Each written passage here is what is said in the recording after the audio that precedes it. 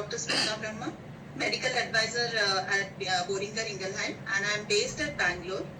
And I welcome you all to today's webinar on optimizing cardiorenal metabolic implications with SGLT2 inhibitors, learnings post. So, as we know that it's been 5 years since the EMPA-REG outcome trial was rolled out in 2015. So there are a lot of updates as well which have come up since then, and these evidences have come up with a rapid pace. And so today we are here to discuss the cardiac and renal risks in the type 2 DM patients and the management of type 2 DM from the holistic cardiorenal metabolic point of view. And also we'll be showing some of the updates that have come, the new ones. And to take us through this discussion, we have the honor of having here with us two renowned and eminent experts.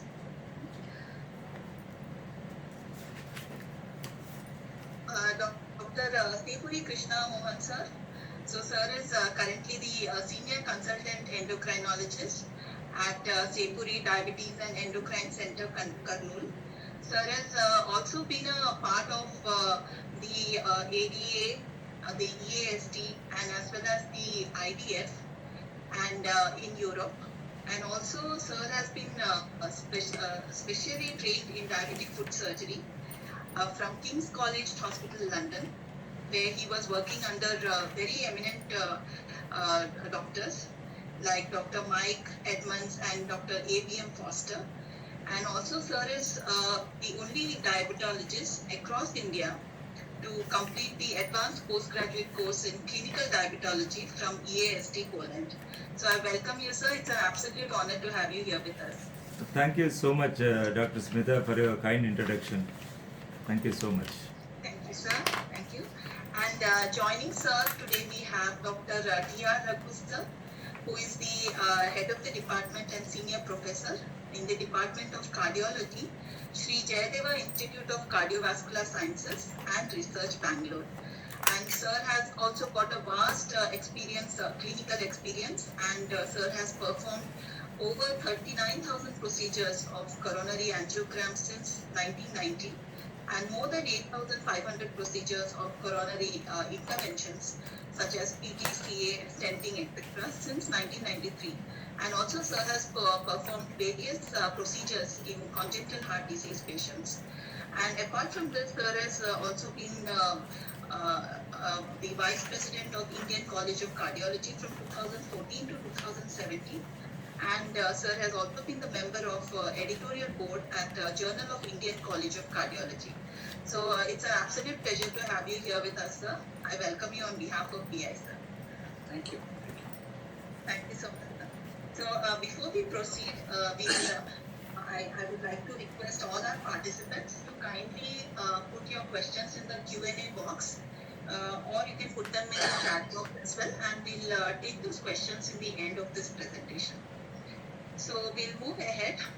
So this particular figure here shows us that the type 2 DM, cardiovascular disease, heart failure, and CKD, these are all interrelated diseases, and they all have common risk factors.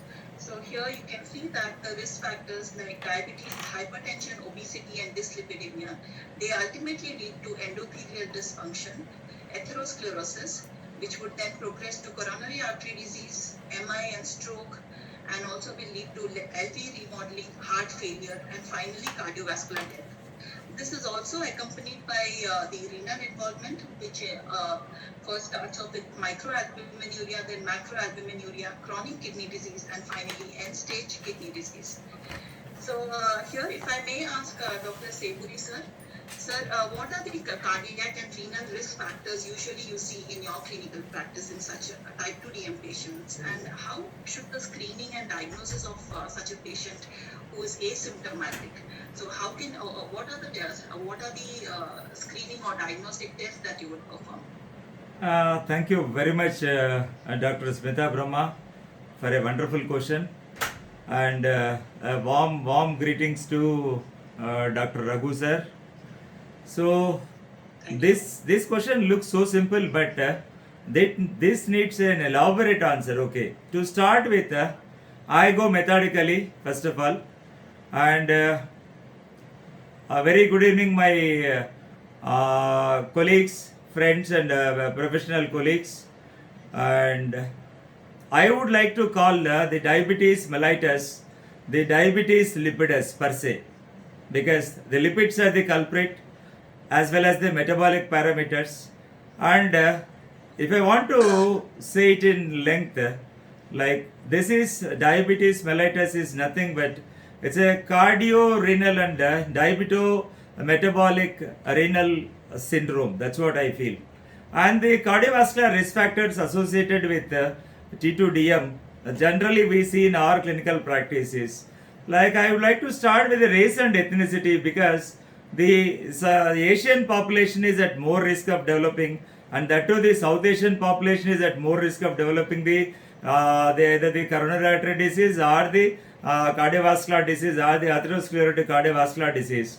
So the South Asian is, especially the Indian segment, the Indian population is at almost 2 to 2.5 increased risk of developing the coronary artery disease or the cardiovascular disease. And the other risk factors are like the hyperglycemia and the insulin resistance. And family history of cardiovascular disease definitely plays a vital role here. And the metabolic syndrome, actually the metabolic syndrome is a threefold, that carries threefold increased risk as well as the increased threefold mortality in case of either the coronary artery disease or the stroke. And next comes the factors like obesity and smoking, the sedentary lifestyle, dyslipidemia in the form of low HDL and small dense LDL particle size, and increased triglycerides, and especially the lipoprotein little which is to be mentioned, like and other factors like the cardiac autonomic neuropathy, the CAN, and the IPC, that is ischemic preconditioning, and the hypertension plays a vital role. And especially the nocturnal hypertension also plays a vital role in the development of cardiovascular disease. And the retinopathy and the microalbuminuria and the obstructive sleep apnea syndrome. And the female sex, there is a special preponderance for this particular the coronary artery disease risk factors. And hypovitaminosis D and the high WBC and the vascular inflammatory markers, and the increased cross-reactive protein, and the increased monocyte chemotactic protein 1, that is MCP1, and the increased pro-inflammatory cytokines, and the coagulation and thrombotic markers as well as the mediators, and the increased mean platelet volume, and the decreased antioxidant status, and increased von Willebrand factor, and decreased antithrombin 3, and increased POI, that is plasminogen activator inhibitor 1, and increased fibrinogen, and increase the matrix metalloproteinase levels. And the endothelial dysfunction plays a vital role, and the decreased vascular the reactivity, and the increased degradation of the nitric oxide, that is NO, and the decreased release of prostacyclins, and the impaired flow mediated dilatation. And one more important is the decreased ankle brachial index is the very sensitive indicator, and it carries a very high risk of future cardiovascular disease. And when we come to the renal risk factors, it's again the hyperglycemia and the male preponderance with regards to sex, and the obesity and the hypertension and the chronic inflammation and insulin resistance and the hypovitaminosis D and the dyslipidemia and the microalbuminuria and the genetic factors and the non-steroid anti-inflammatory drug abuse and the poor socioeconomic status and the age also, like as the age becomes older and older, more vulnerable to kidney diseases, and obesity also plays a very important role. So with that we conclude the part one of this question. What are the cardiac and renal factors in T2DM patients in clinical practice.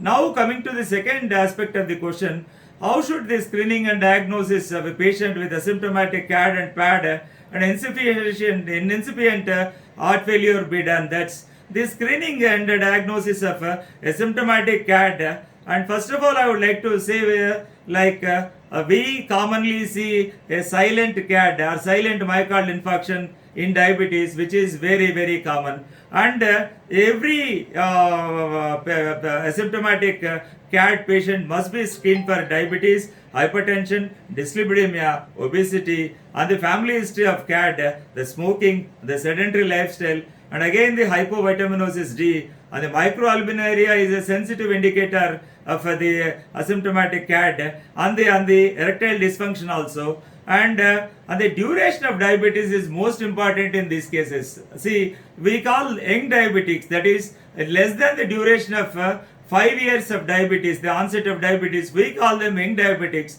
And young diabetics are at a very lesser risk of the developing either the asymptomatic CAD or whatever it may be. So the more the duration, the risk increases proportionately. Like 5 to 10 years, you carry some amount of risk, and beyond 10 years of duration of diabetes, certainly the patient carries very high risk, and as the duration increases, and it grows proportionally and in abnormal proportions. And coming to the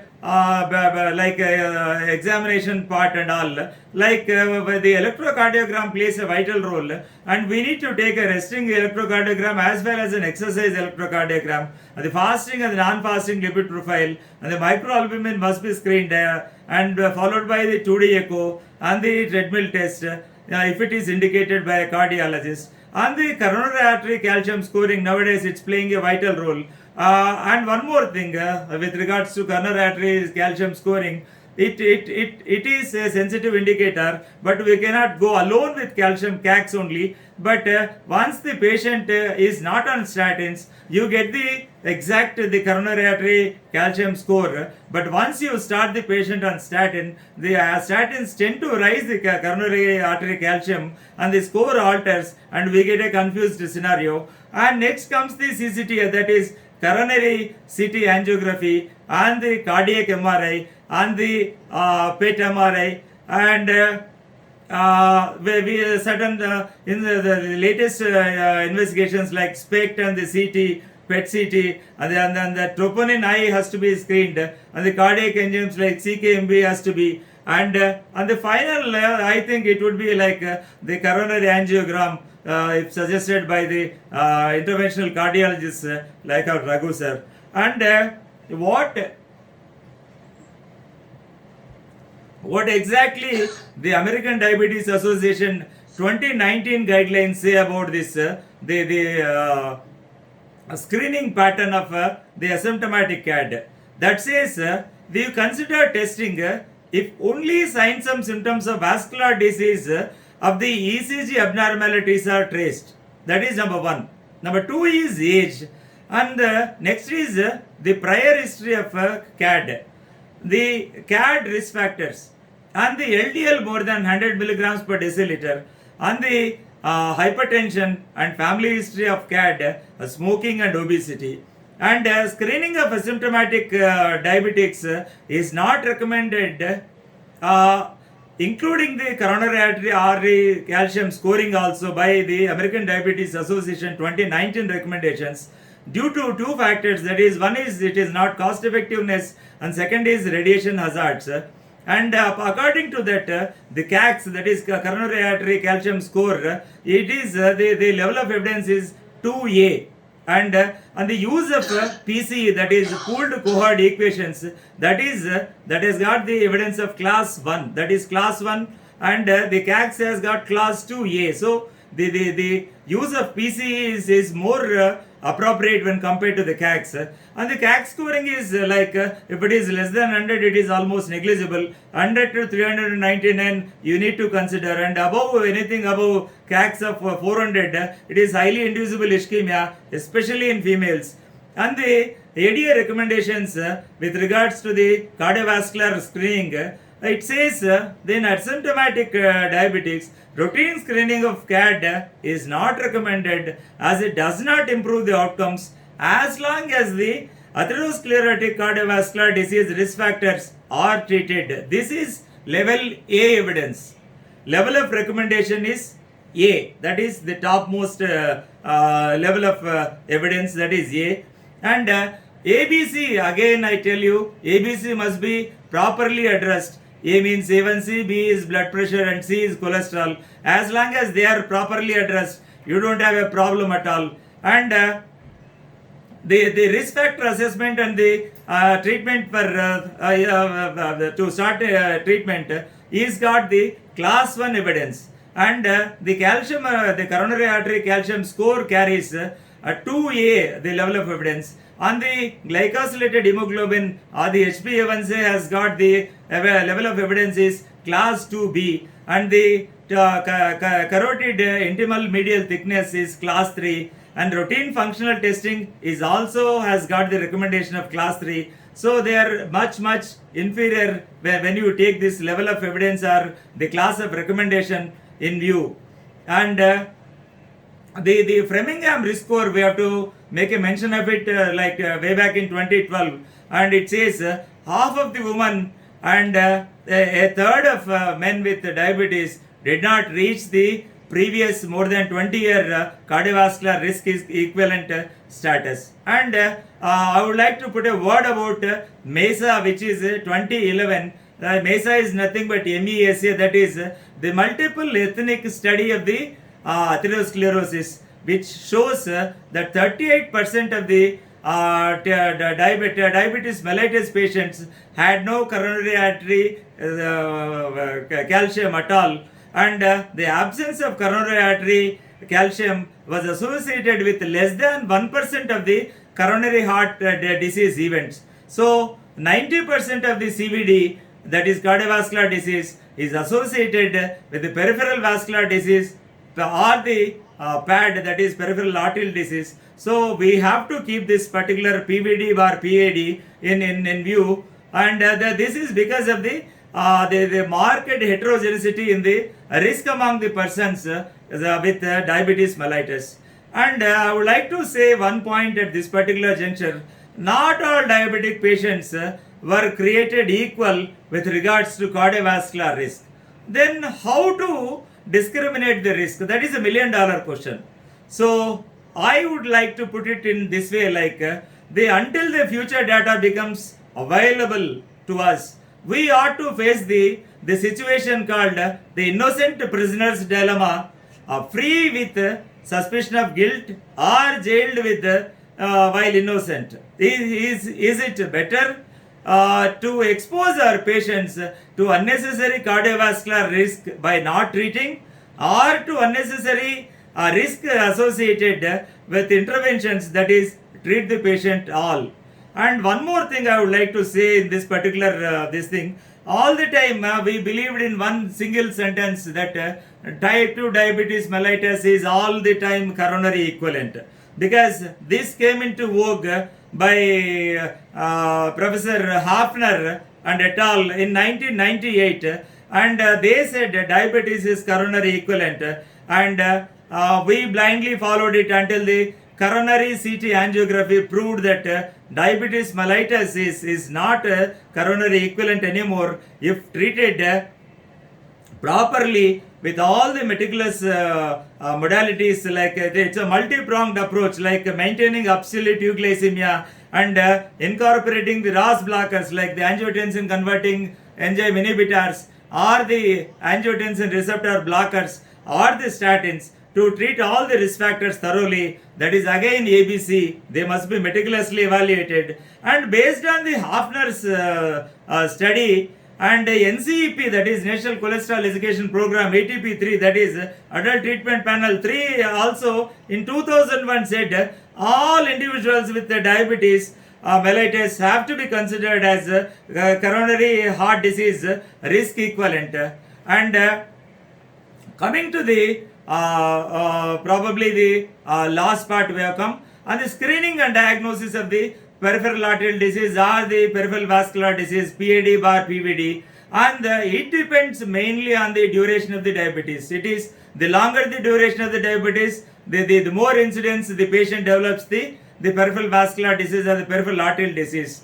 And smokers, it's a biggest risk factor is smokers, and the advanced age and the hypertension on the dyslipidemia, on the binge alcohol consumption, that is heavy boozers, and the peripheral neuropathy also is one of the major culprits when this pad is taken into consideration. And the simple bedside clinical tool to screen the pad will be ankle brachial index. And this is very important because 90% of the coronary artery deaths are just because of the PVD or PAD. So this is a take-home message for everyone. And the ankle brachial index, it is defined as normal if it is in between 0.91 to 1.3, and mild obstructive if it is in between 0.7 to 0.9, and moderate obstruction if it is from 0.4 to 0.69, and severe obstruction below 0.4, and poorly compressible more than 1.3. It suggests the poorly compressible arteries at the ankle level due to the presence of medial arterial calcification. This reduces the this renders the diagnosis of peripheral arterial disease by the ABI alone is less reliable actually. So screening of ABI is mandatory if the age of the patient is more than 50 years and he has got diabetes mellitus. You have to screen this particular parameter, the bedside clinical test, and feeling the peripheral pulses from the femoral to the dorsalis pedis. I think that is a good practice. And the vascular laboratory evaluation, which includes the segmental pressures and the pulse pressure volume recordings, that is PVRs, and these tests should be considered for the patients with poorly compressible vessels or those with normal ankle brachial index where there is high suspicion of PAD. And the duplex sonography and the vascular color Doppler ultrasonography and the magnetic resonance angiogram, that is MRA, and the contrast angiography. These are the parameters. So when we come to the last part of the question, the how to make out this incipient heart failure. First I would like to talk something about physical exam, which we were taught in the medicine, like the basic, the Hutchinson says, the look for pedal edema, the raised JVP, and the tender epitomegaly, and the ascites, and the fine basal crepitations, like crepes and in the basal areas, and all the time rule out hypertension, all the time rule out obesity, and all the time rule out obstructive sleep apnea. And a classical and which is rather often missed is the chronic cough, which is non-productive, is very common in incipient heart failure. And my learned Professor Raghu sir should say something about this later on. And we go in a methodical way, like we take the bedside X-ray and to rule out the cardiomegaly, which may be like cardiomyopathies, the dilated cardiomyopathy, or the ischemic cardiomyopathy. And what we see in this particular COVID-19 era is the ischemic cardiomyopathy, and all sorts of cardiovascular manifestations are seen, including the COVID-19 induced heart failure also, and then followed by the 2D echo, that is the left ventricular ejection fraction less than 50%, and the troponin I, and the BNP, that is B-type natriuretic peptide. And hypothyroidism must be meticulously ruled out by doing T3, T4, TSH. If possible, free T3, T4 and total and TSH. And iron deficiency anemia per se, I stress more on iron deficiency anemia in a country like India, where we day and out see this. This is the most of the times iron deficiency anemia alone causes heart failure. So just by ordering not the hemoglobin, you need to go for either the ferritin and the TSAT, that is transferrin saturation. They have to be ordered, and the cardiac MRI and the carotid artery intima medial thickness and the factors like DKD must be ruled out, diabetic kidney disease, and the chronic renal failure, and the chronic liver disease should be ruled out. I think I have given an elaborate answer, Dr. Smita and Dr. Raghu. Yeah, thank you so much, sir. That was indeed very elaborate, and you have covered all the points. That was very Yeah, nice. because yeah, thank you so much, Smita. Yeah, that is very. And important. anything to be added by Dr. Raghu sir, please. You have covered all the risk factors, all the comorbidities, all the probably surrogate markers of cardiovascular disease in patients with diabetes. In fact, you have covered microalbuminemia, LVH, carotid media thickness, angiogenic index. These are the surrogate markers. Probably you have covered everything. Sir, thank you so much, sir. Thank you, sir. We'll move ahead to the next section. Yes.